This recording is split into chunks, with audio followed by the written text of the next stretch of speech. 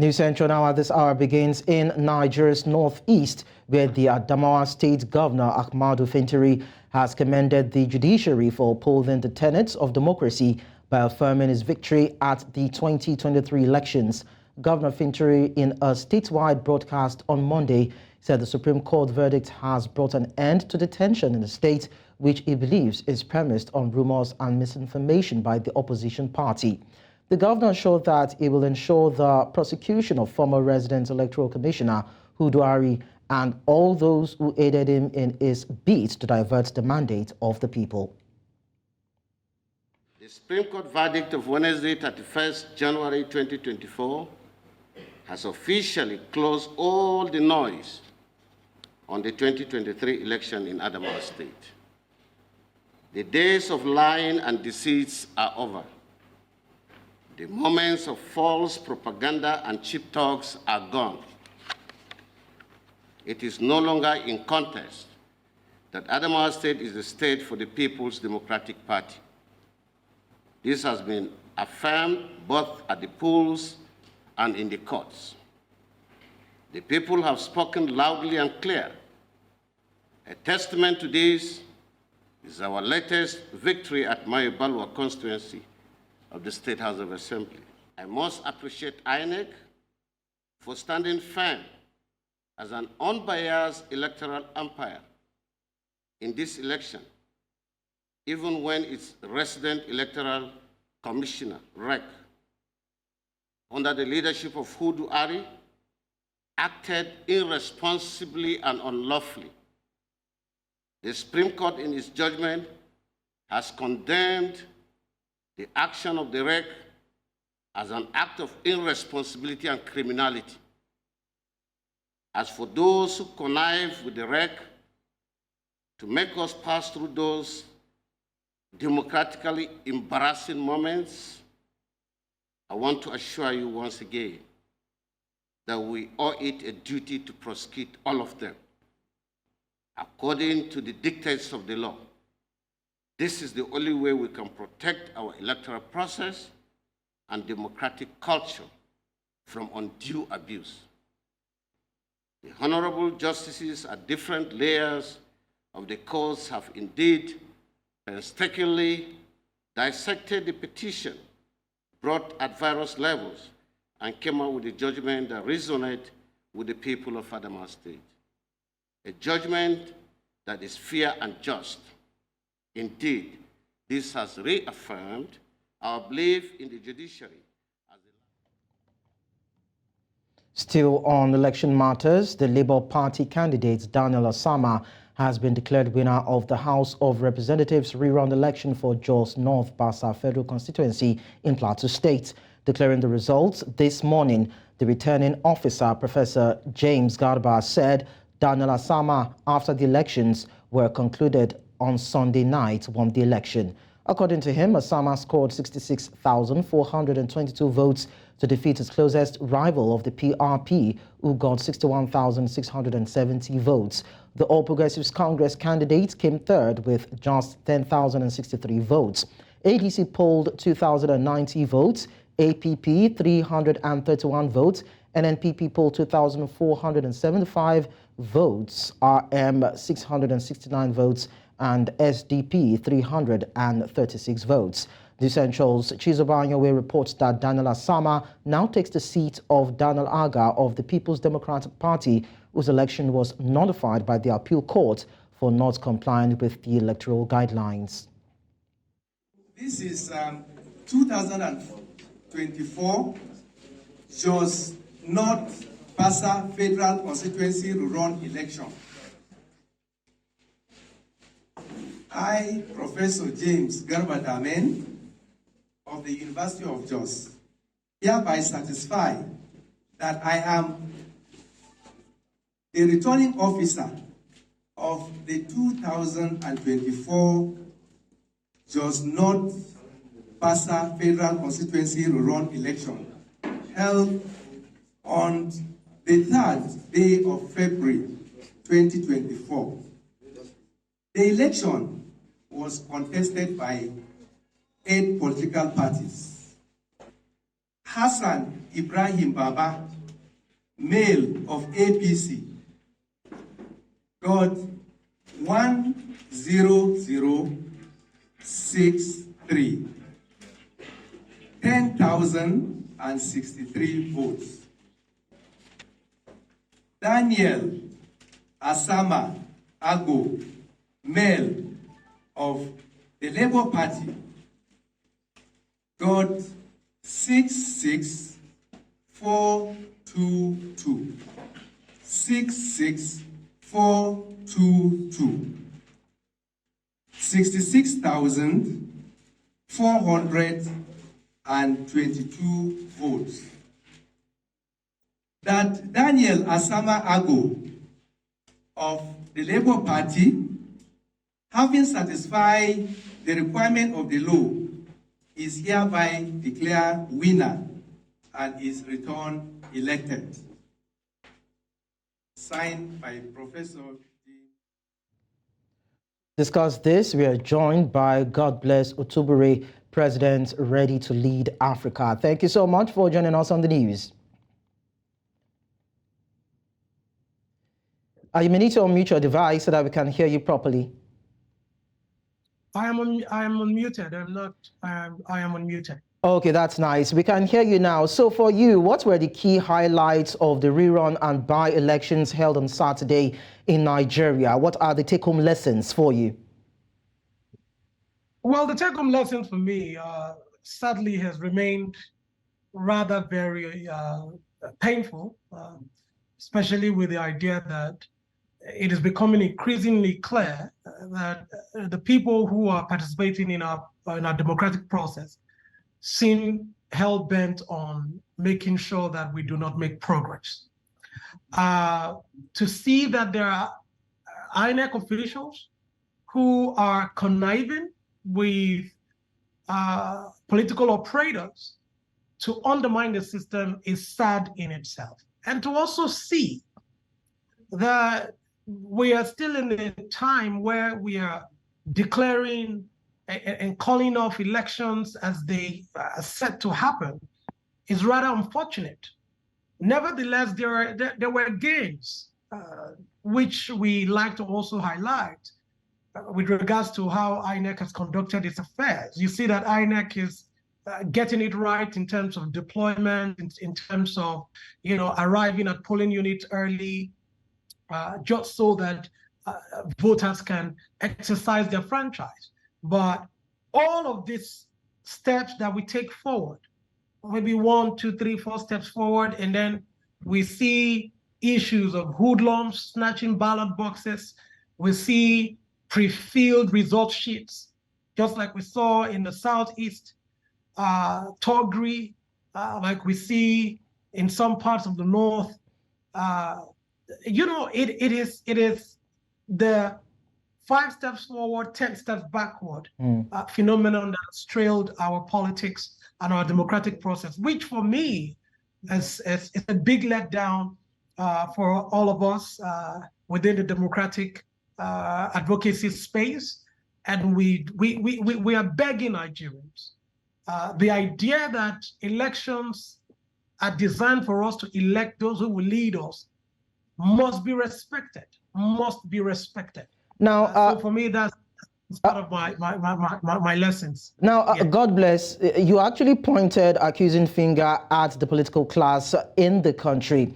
Now, in the midst of these compromises that we've seen on the part of the political actors, security operatives, as you've mentioned, and some other state and non-state actors, we have a 2022 Electoral Act. How do we begin to ensure that these acts and the provision of the law are implemented so that we can have a credible, free and fair election?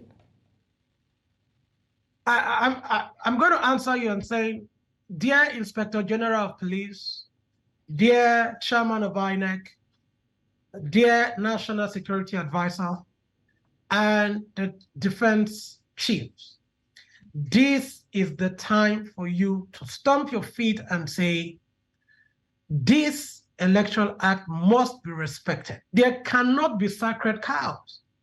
The law that we now have I know how much pain it took for us to advocate for that law to become what it is today. The 2010 Act was repealed so that we can have the 2022 Act. The Act in itself is not self-executing. It is the actions of mortals on earth and people of Nigeria. So the Act is clear. But the people who make up this country seem not to understand that democracy only dies if we continue to do things like this. It's a civil responsibility. If the people say you are the one they want, then test your popularity. And you ask me now, how do we ensure that the Act is respected? The Inspector General of Police must ensure that his oath of office is to the country and not to some people. Not to those who feel they are untouchable. The people who snatch ballot boxes, the hoodlums who carted away those ballot boxes, the people who disrupted elections, the people who pre-filled election result sheets have still not been arrested. We don't have public shaming of these people as we speak. How do you think others will not be incentivized to think that that behavior is permissible?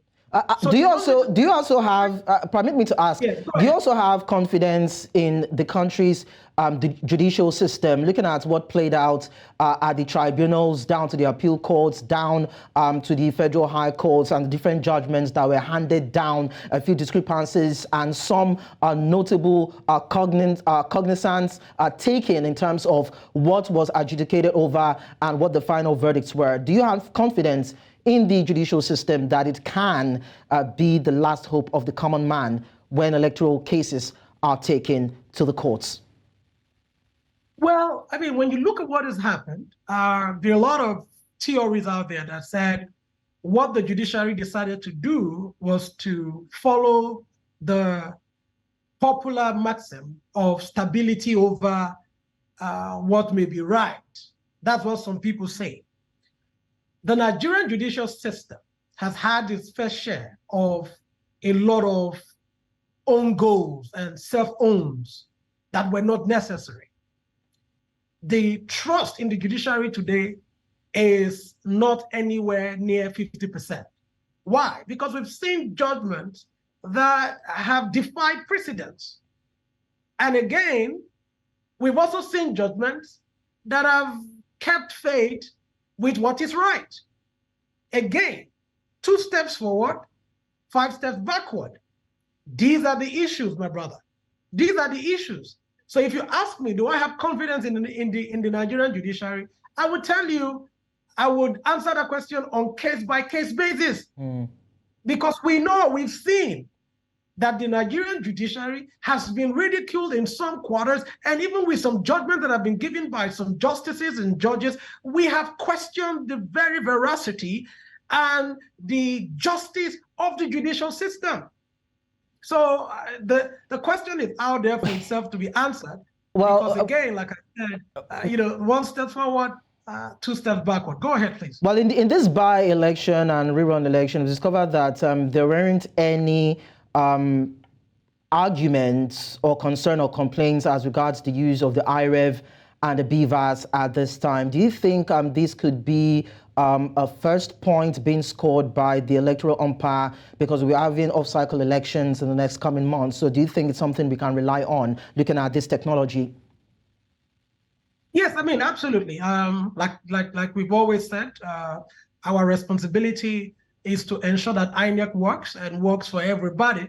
And we appreciate, not just appreciate now, because I don't use such words, we applaud INEC for ensuring that the IREV works and that people can have faith in the electronic transmission of results process.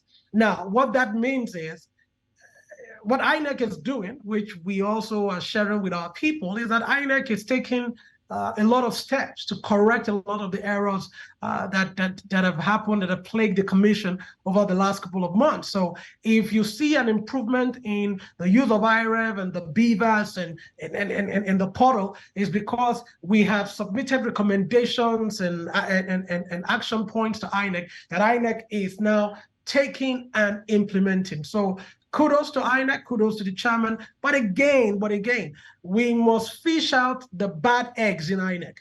The guys who think they can sell election results or they can sell the electoral process to make money, they must be fished out. Mr. Chairman, your good intention, your good work, and for the right thinking people that work with you every day, we cannot continue to allow those bad eggs to tarnish the image of the commission and the good work that the commission is trying to do. So let's fish them out. Let's get them to the security agents. They should be imprisoned. They should be arrested. They should be prosecuted so that that behavior will no longer be, worthy of emulation. God bless Otubire. Thank you so much for sharing your thoughts with us. Thank you so much for having me, as always. Away from election matters, let's also tell you that the residents of Minna, the Niger state capital in Nigeria's north central, are protesting the high cost of living in the country, blocking major roads within the metropolis. The protesters said the rising cost of food items and poor government efforts to arrest the situation forced them to block major roads so that government will hear their cry.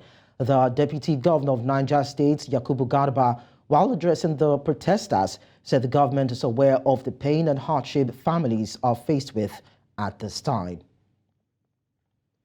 To security matters now. In northwest Nigeria, officials say at least 35 women are missing after kidnappers seized guests returning from a wedding in Katsina State. Police spokesman Abubakar Aliyu said suspected armed bandits ambushed and kidnapped about 35 women returning from the wedding in the Sabuwa area. However, the state's Internal Security Commissioner Nasir Muaz gave a higher figure, saying more than 50 people were seized on the way back to Damari village after escorting the bride to the groom's home.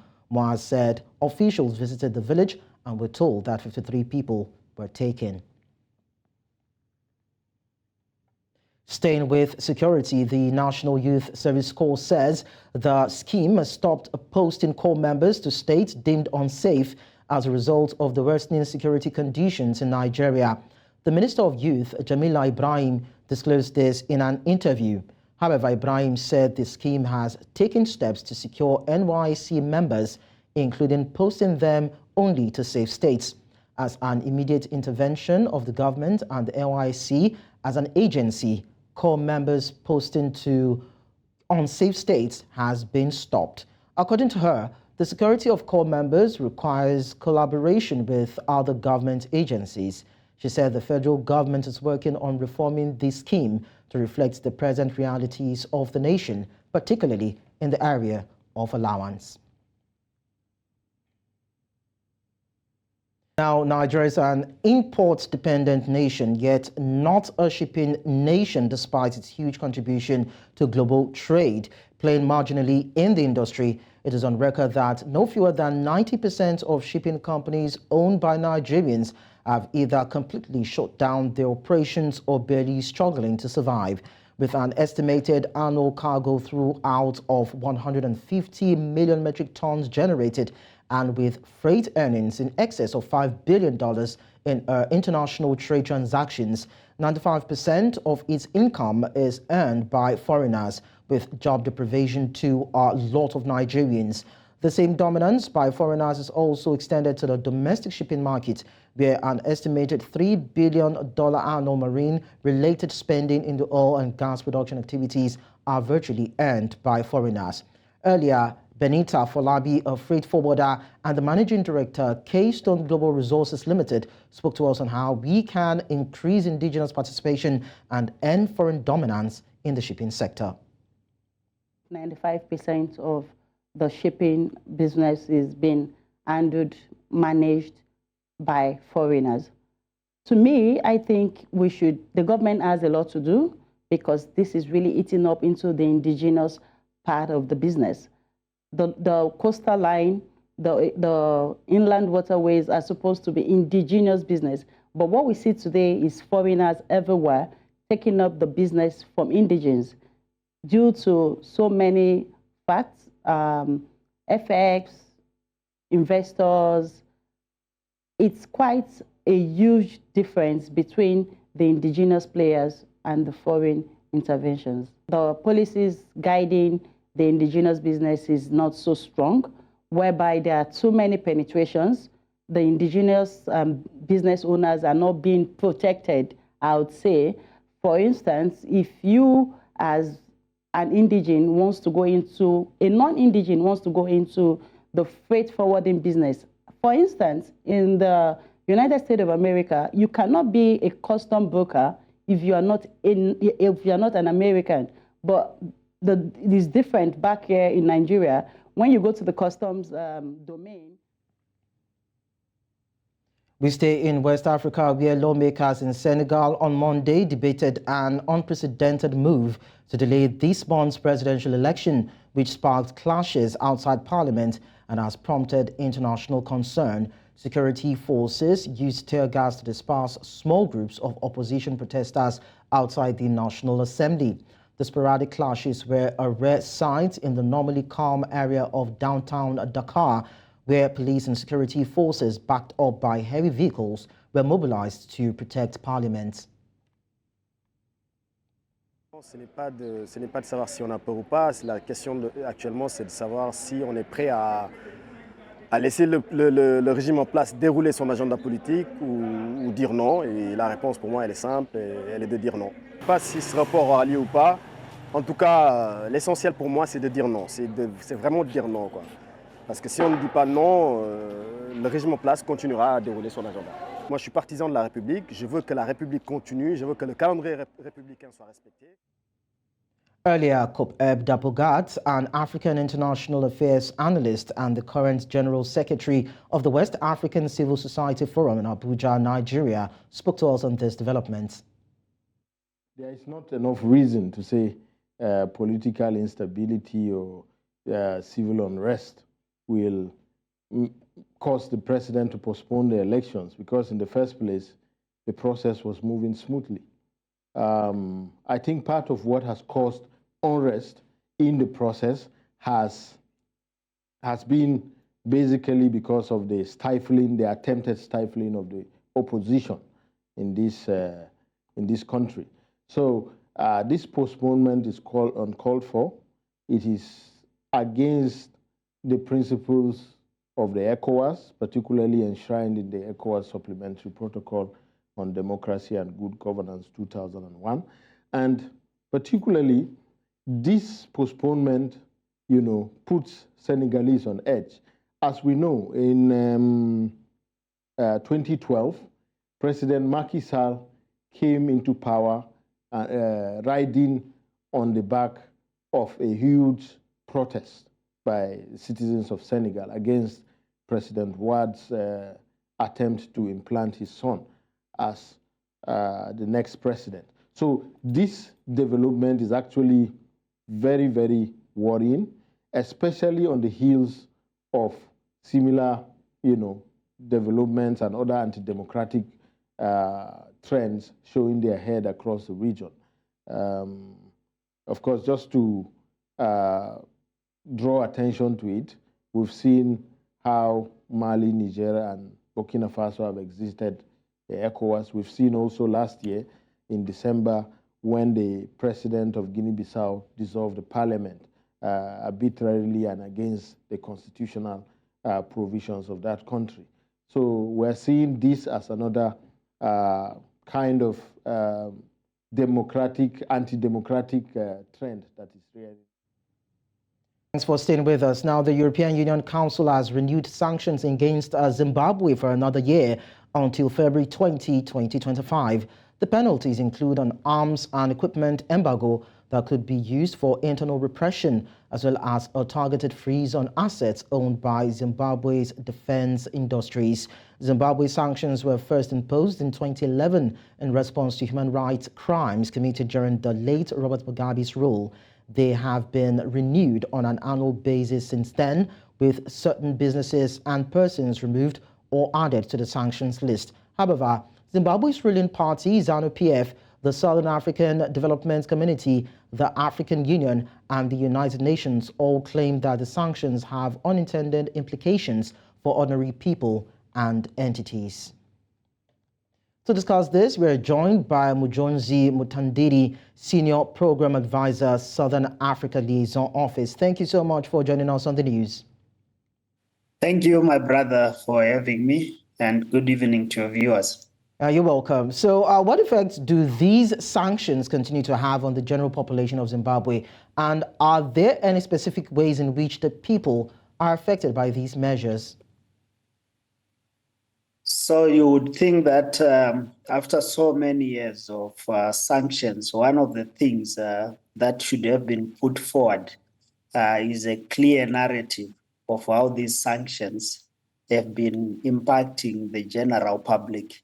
But as civil society and actors in this space, we do not have any evidence that sort of indicate the level of the impact of these sanctions. And I think that is one of the things that even SADC, as it adopted the 25th of October as the anti-sanctions day against Zimbabwe, should be able to put across so that when they ask for sanctions to lifted, it is backed by empirical evidence of the level of impact of the sanctions. But as we stand, my brother, we do not have any solid evidence to indicate the level of impact of sanctions on the general public.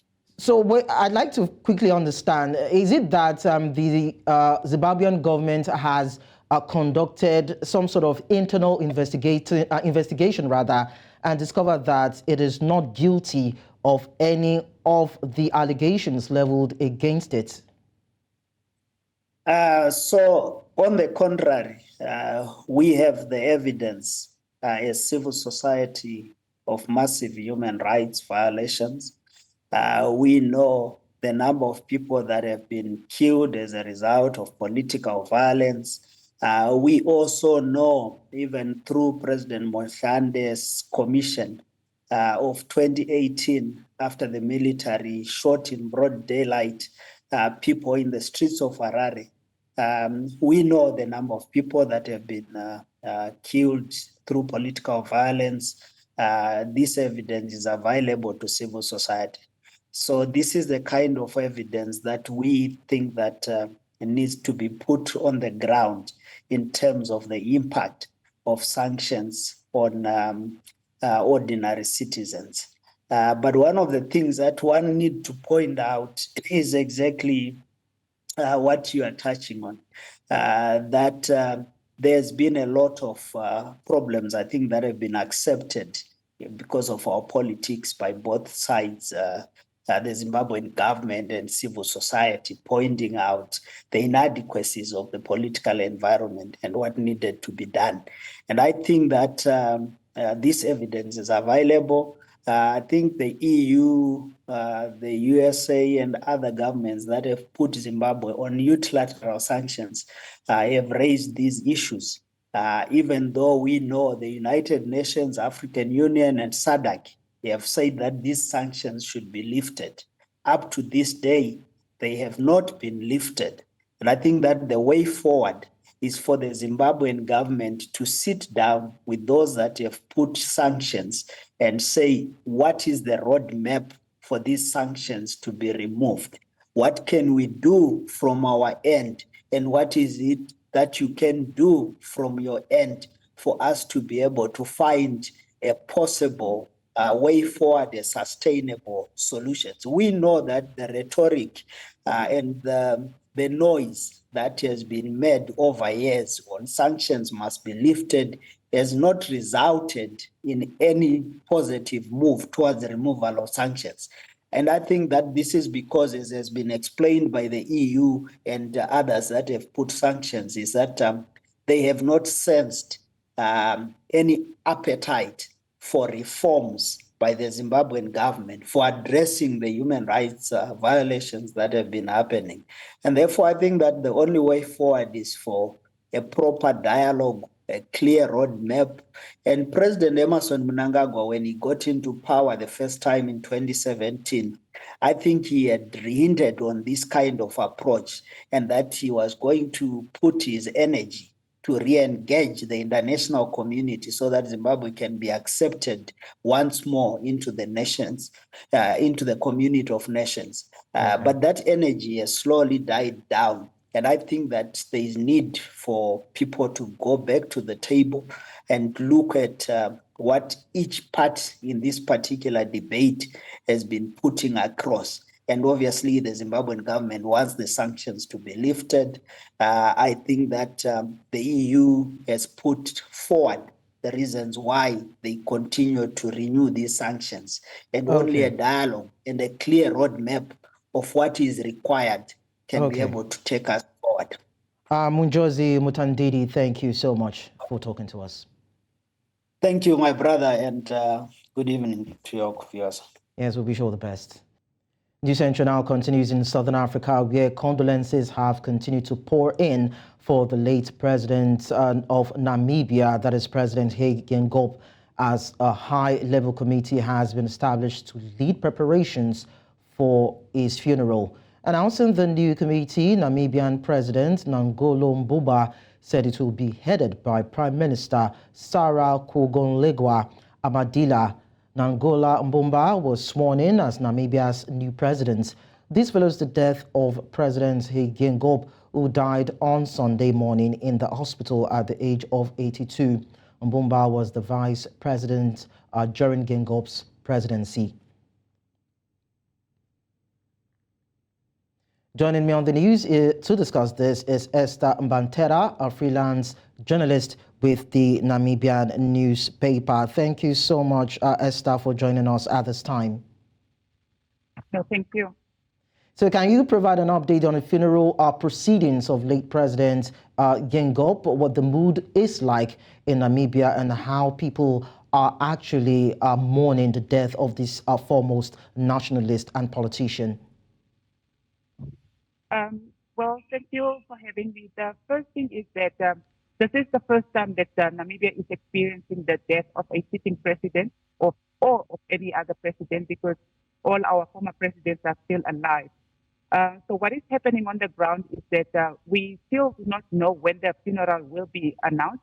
Yesterday, the Minister of Information, Pea Muselenga, indicated he just announced the period of mourning, and also indicating to the country that from now on until the president's burial, or President Hage Geingob's burial, that all the flags will be flying at half-mast. But other than that, we are still waiting on the set date.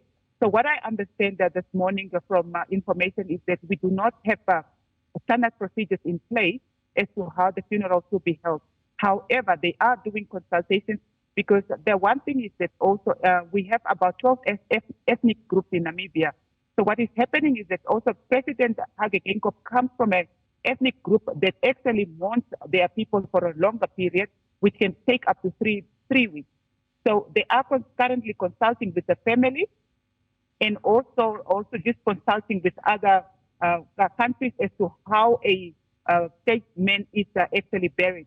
But on the ground itself, the different local authorities around the country have already started with their morning sessions. They are having candle night vigils.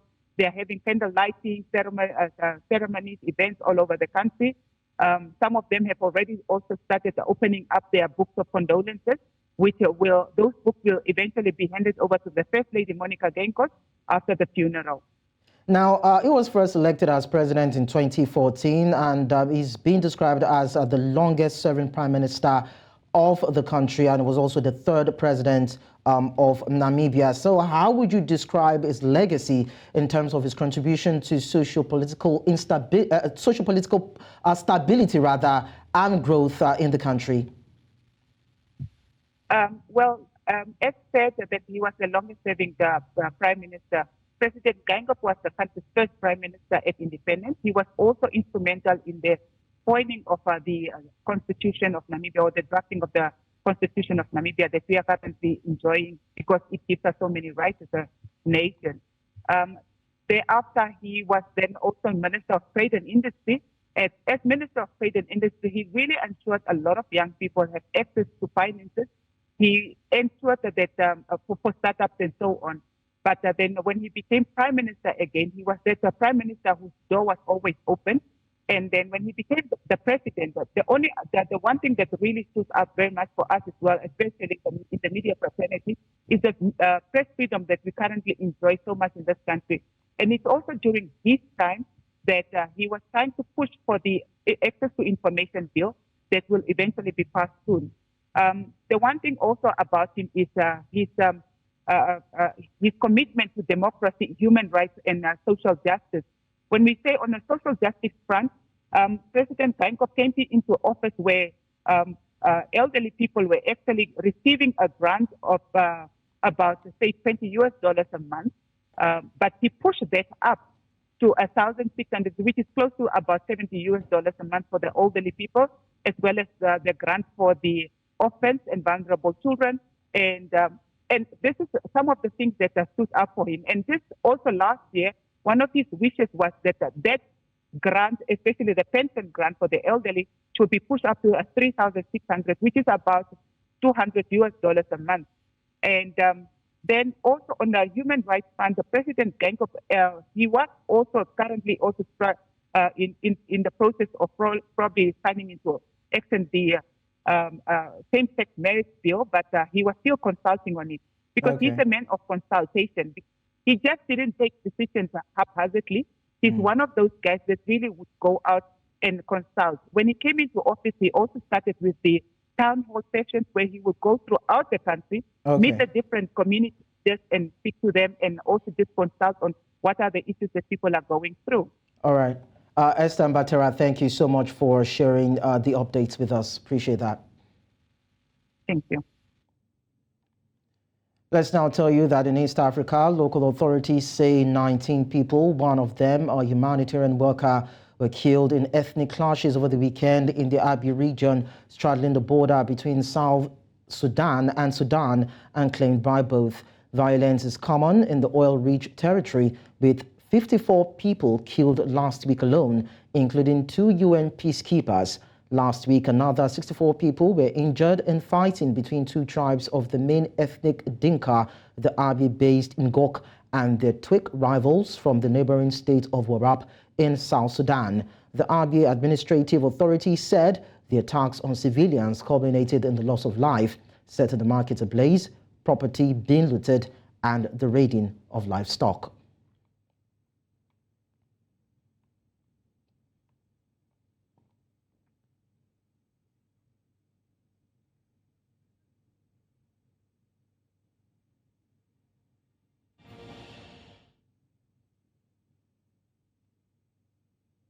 Talking business now, the price of bread has increased in Abuja, Nigeria's capital. Notice that this was issued by a chapter of the Association of Master Bakers and Caterers of Nigeria, explaining that the cost of all baking supplies in the country has gone up.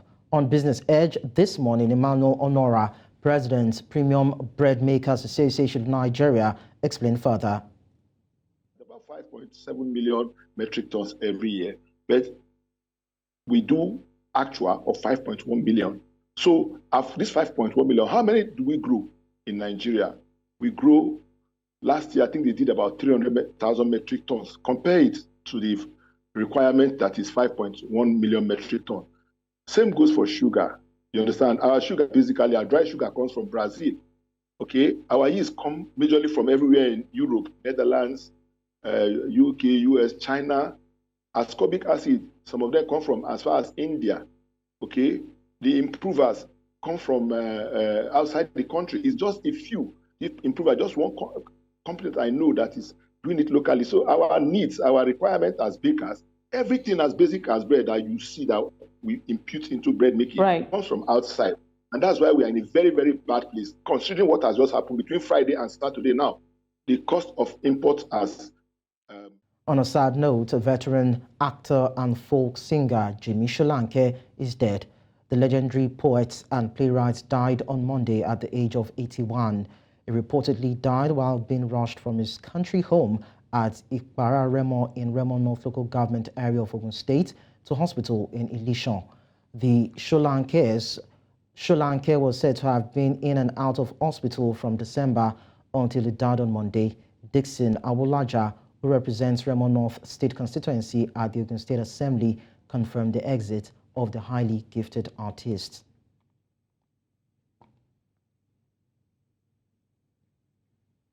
And that's all at this hour, but before we go, let's take another look at some of our top stories. Niger State residents protest high living costs in Minna. Senegal Parliament begins debate on proposed election postponement as authorities temporarily shut down internet after protests. 19 killed in region claimed by Sudan, South Sudan. You can send your eyewitness report to the WhatsApp number and email on your screen. Do follow us on social media. We are at News Central TV. You can also watch News Central live on DSTV channel 422, Star Times channel 274, Avo TV and YouTube. Many thanks for watching. I am Lekon Onobanjo.